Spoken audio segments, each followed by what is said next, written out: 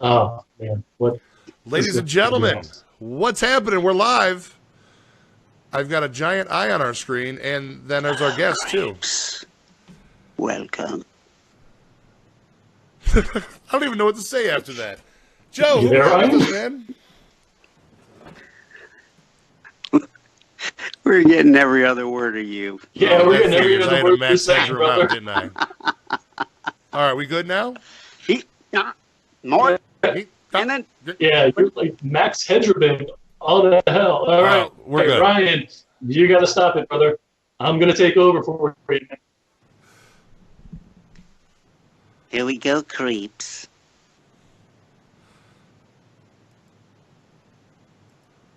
All right, go ahead. It's all you, brother. Take it away. Oh, see, I couldn't hear a word you were saying. So anyway, welcome to another episode of Technical Defects. I'm Joe. I'm assuming Ryan's there. I am not positive, but our special guest, John Kassir. Thank you for joining us, sir. I've got my Frankenstein light, and I'm ready to roll. Oh,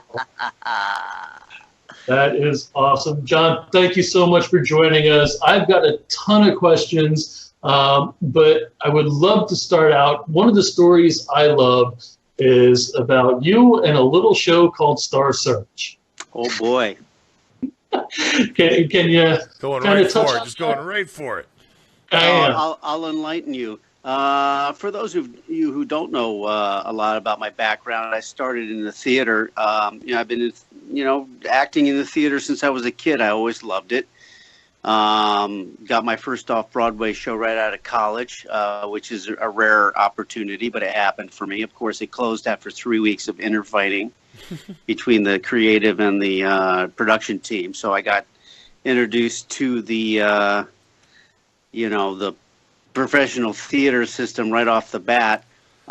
Continued to struggle in New York for a number of years, trying to make it. And I did get theater work here and there, but made more money street performing in front of the Metropolitan Museum than I made in the theater, which was don't tell the tax man that.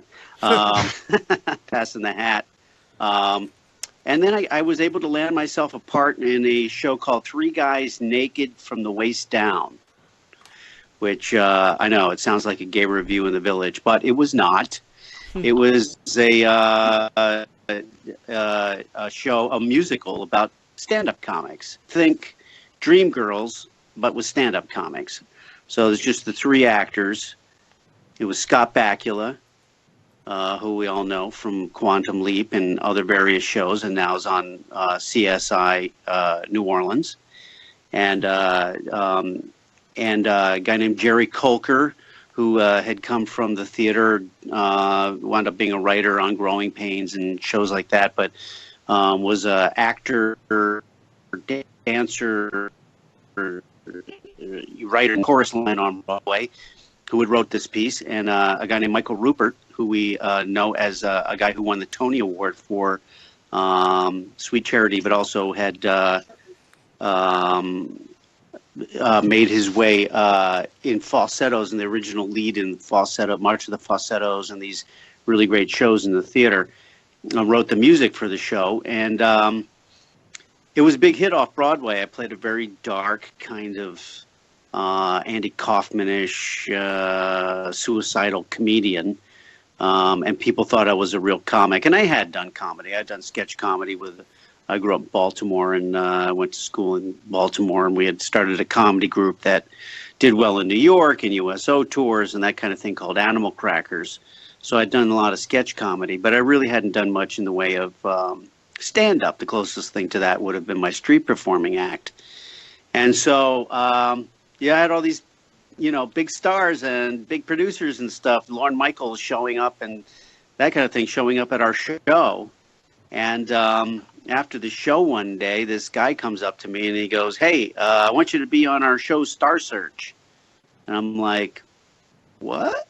And they're like, "Yeah, we want you to be on Star Search." And I'm like, "Star Search is what, a singer?" I said, I'm an okay singer. And this was the first season, and Sam Harris was killing it on that show. And I was like, "I can't sing like Sam Harris." And they're like, "No, we want you to come on as a stand-up." And I'm like, you know, I'm not a stand-up, right? You know, it's just a part that I'm playing in the show. And they're like, well, you can win $100,000. And I go, well, fuck, have you seen my act? Yeah, of course I'm a stand-up. If you So, haven't, you know, wound up getting on the show. Of course, I had no material. Some of my street came up with the concept that I'd be this guy who was addicted to television. And I'd come out with a remote control and change the channels, and I would flip through channeling different TV shows while trying not to, you know, watch TV. It was a very fun kind of act to do. But I just pretended they gave me the John Kassir show for 2.5 minutes every week, and I just kept winning. I'd do stuff like The Wizard of Oz in 2.5 minutes, and you know, as mayor of the Munchkin City in the county of the land of Oz, we welcome you most regally, but we got to verify it legally. Stuff like that, you know. And nice. Wound up making my way to the semifinals, beating Rosie O'Donnell in the semifinals, who was relatively unknown at the time. And then beat Sinbad in the finals, who was relatively unknown at the time, and both, as you know, have gone on to do great things. All the comedians I went up against during the time had, you know, for television or, you know, had some stand-up careers over the years. And, of course, we know over the years other stand-up comics, you know, went on. Brad Garrett was the original winner. And, you know, it was kind of clear. All right, I got to touch on, how did First and 10 lead to the Crypt Keeper? Well, you know, just like any other show, really. I mean, HBO knew that I did all these characters. In fact, I'd been talking to them over a number of years, although doing my comedy special later with Jonathan Winter on Showtime. To Whoopi Goldberg, who was producing, doing my stand-up special. But you know, felt like a stand-up act. It felt more like a one-man show. In fact, I did wind up doing my show as a one-man show in the vein of Lily Tomlin or, you know, John Leguizamo or something like that, and it was a hit in L.A., and I wound up launching my own kid show on the USA Network. But in between all that, you know, HBO knew that I did a bunch of voices and characters in my act and that kind of thing, and they needed somebody to, you know, come down to Kevin Yeager's studio where he was auditioning people to play the Crypt Keeper. You know, somebody who could be a good actor, comic, and voice actor. And so I hadn't been established at all as a voice actor. I knew that I did my act, but I hadn't really worked very little, if at all, in the actual voice. And so my agents called me and they said, and I'm like, get the fuck out of here. I love that.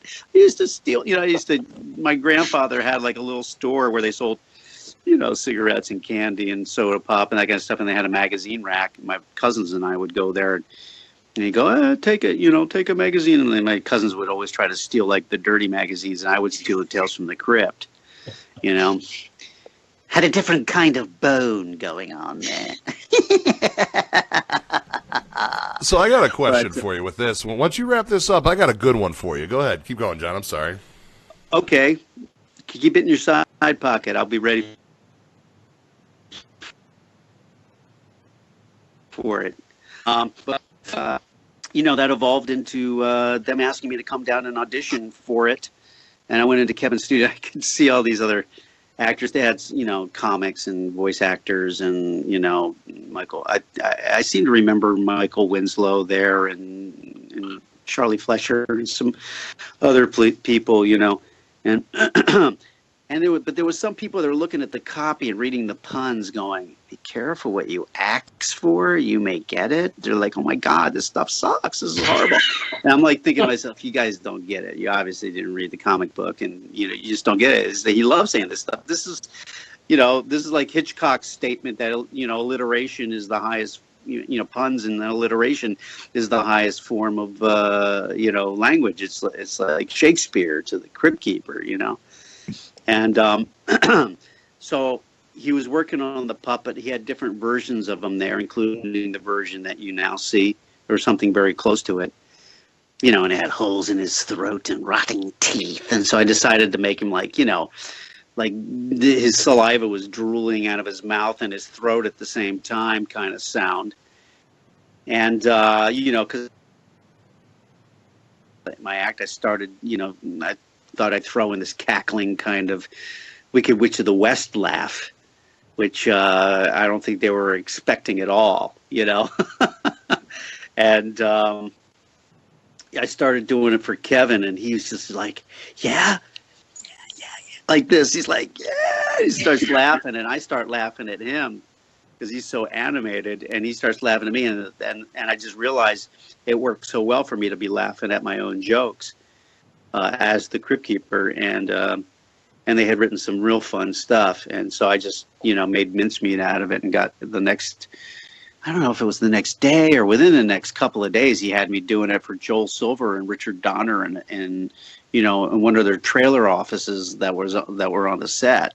And they were like, oh, my God, that's it. They're like, OK, we'll see you on the set. Of course, they don't believe it until you actually hire you. But, that was 1988. The show came on the air in 1989.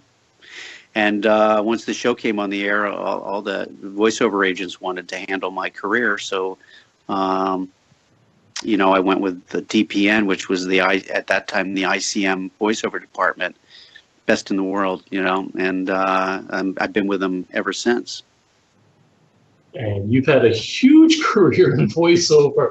I could spend probably a half hour just naming everything you've done. Do you have any favorite projects that come to mind for voiceover? Well, right now I've been working on this new Looney Tunes thing for, I think they haven't released it yet. We've done like Netflix, a I think, right? load of episodes. But it's called Wabbit, and it's a brand new. It's not brand new because they've been recording it for the last 2 years now. They just haven't come out yet.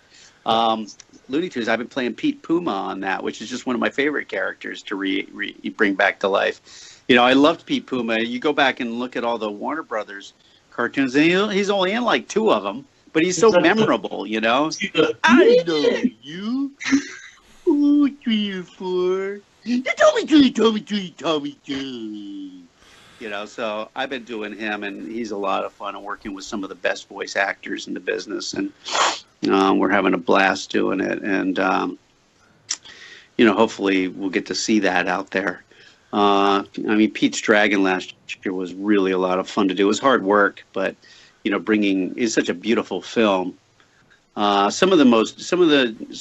the best Disney films that I got to do were Pocahontas and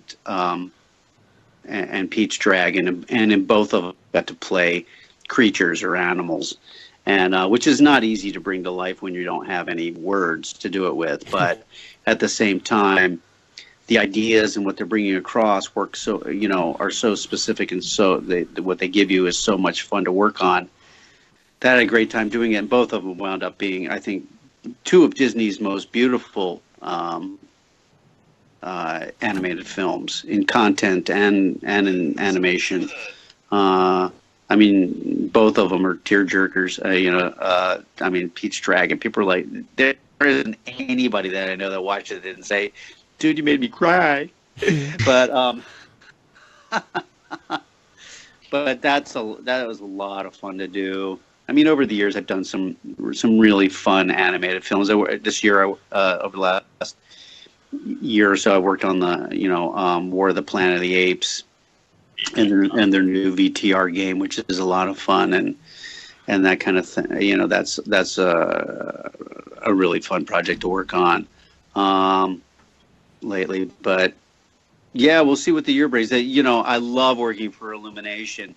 I've been doing a lot of voices for Illumination over the years. They bring in like a really nice little tight group of us to come in and fill in a whole mess of voices in the movies, And they're so talented, those guys, doing all the Minion movies and the Despicable Me movies and the, Secret Life of Pets and all that. And they're really generous about bringing in this one little group of actors, including myself and Lorraine Newman and, from Saturday Night Live, and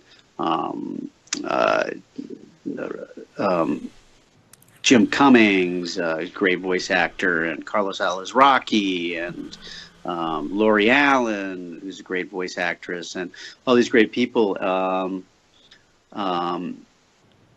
And we come in and have a really great. There's more actors. I apologize for not mentioning them all, but they're all, everybody that they bring in is great, and we feel it. We become like the little. Again, I'm playing like the little Eastern European guys running down the street. It's like I'm in Peter Locke's office again.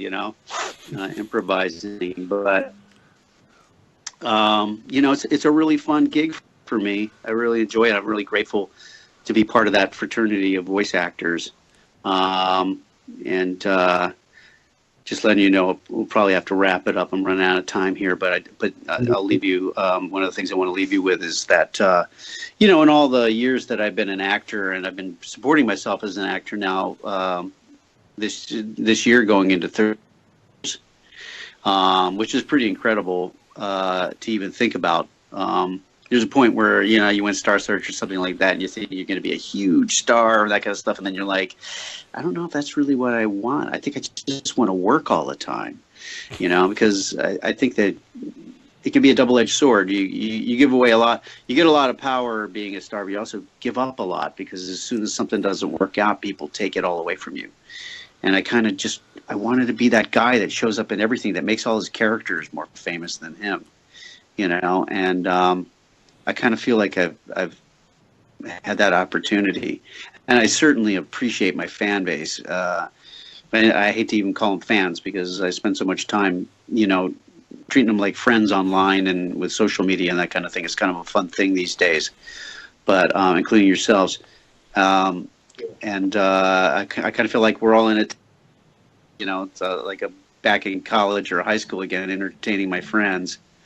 I'm getting paid for it, so I feel really lucky. I worked really hard at it, obviously, and I started for a number of years in New York. Close to 6 years without hardly making a dime at this before it all took off for me. But I encourage anybody who wants to make a living in this. You have an opportunity to make your own projects these days, and put them on the web or whatever. And I hope to see some great stuff out there. I'm as big of an audience as I am an entertainer. Trust me, I love sitting in the audience and being entertained. So entertain me, because I'm stuck in here. They won't let me out. One story I wanted to touch on really fast before you leave. We touched on it on pre-show. I told you I was speaking to George A. Romero's son this past week. And George C. Romero, he's got an upcoming project, but you said he thinks very highly of you. Where's my part, George C.? Where's my part? There you go, George C. Romero. He's looking for a part in your new movie. And we will be bringing that up to him when he joins us. His family is just, look what they've done with horror. It's unbelievable. Mm-hmm. It's really great.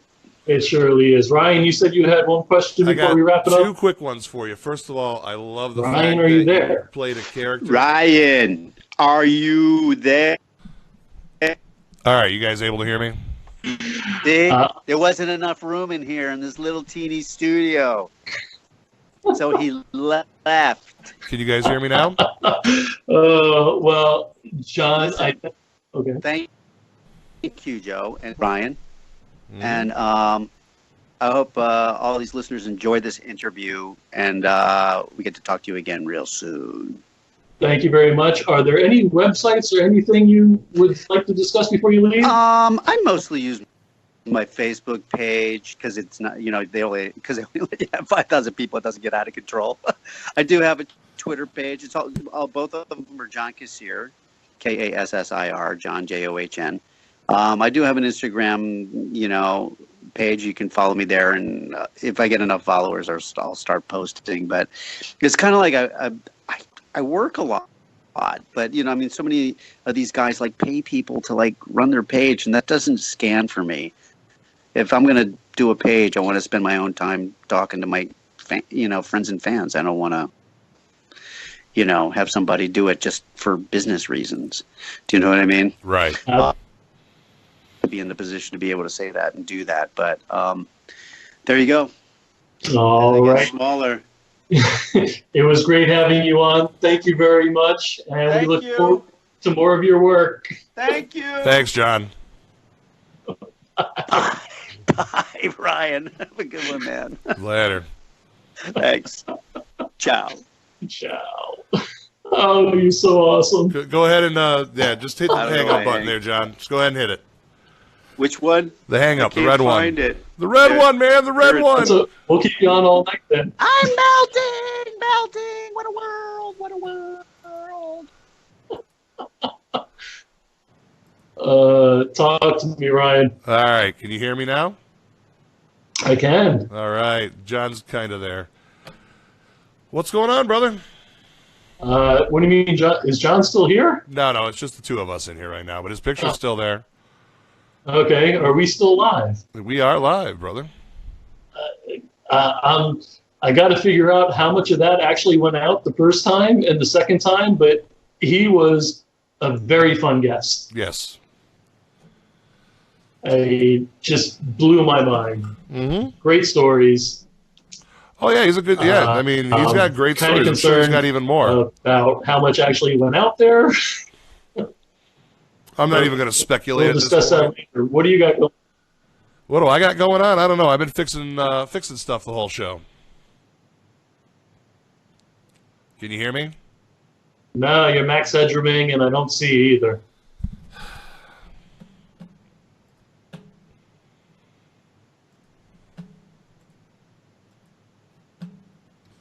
All right, you should be able to see me now. Let me go over to Technical Defects.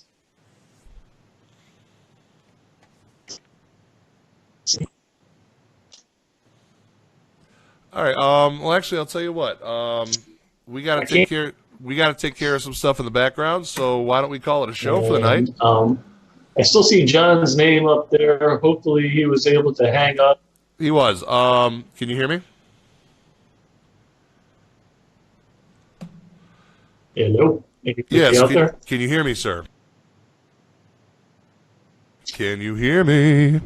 I'm not hearing you. All right. If Say you're there. good night to everybody.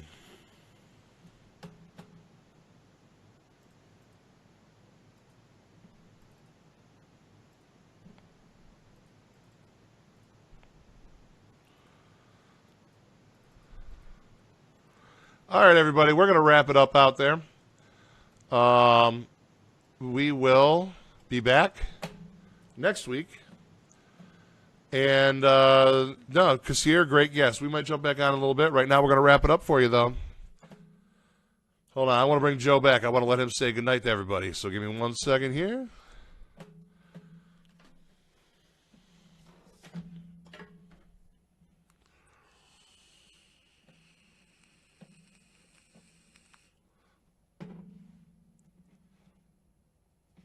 We're going to keep connected with him.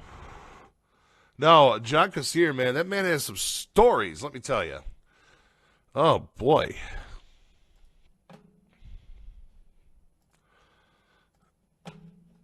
He can definitely get some good stories out there. There he is. Here comes the man of the hour. Can you hear me, sir?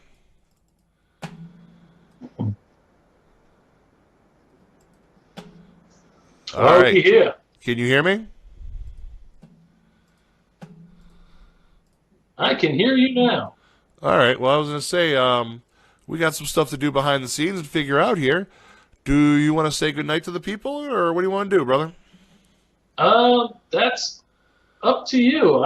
There's some things behind the scenes that we do need to discuss because I'm a little confused at the moment. I think I'm frozen also. Yeah, I'm a little confused myself, too. So, all All right, ladies and gentlemen. Well, I want to thank you guys for joining us, and we're going to get this whole thing spliced together and whatnot, and we will be back with you. Joe, what do you say to the peoples? I say to the peoples, next week we will be discussing, we did have the NHL football pool that just wrapped up, so we're going to talk about prizes and the winners next week. There is no guest. It's just going to be Ryan and I shooting the shit and talking with you guys. So join us then, 7:30 p.m. Eastern Time, Monday night. Thank you, ladies and gentlemen. Have a great evening. Safe and streaming. thank you to John. Definitely.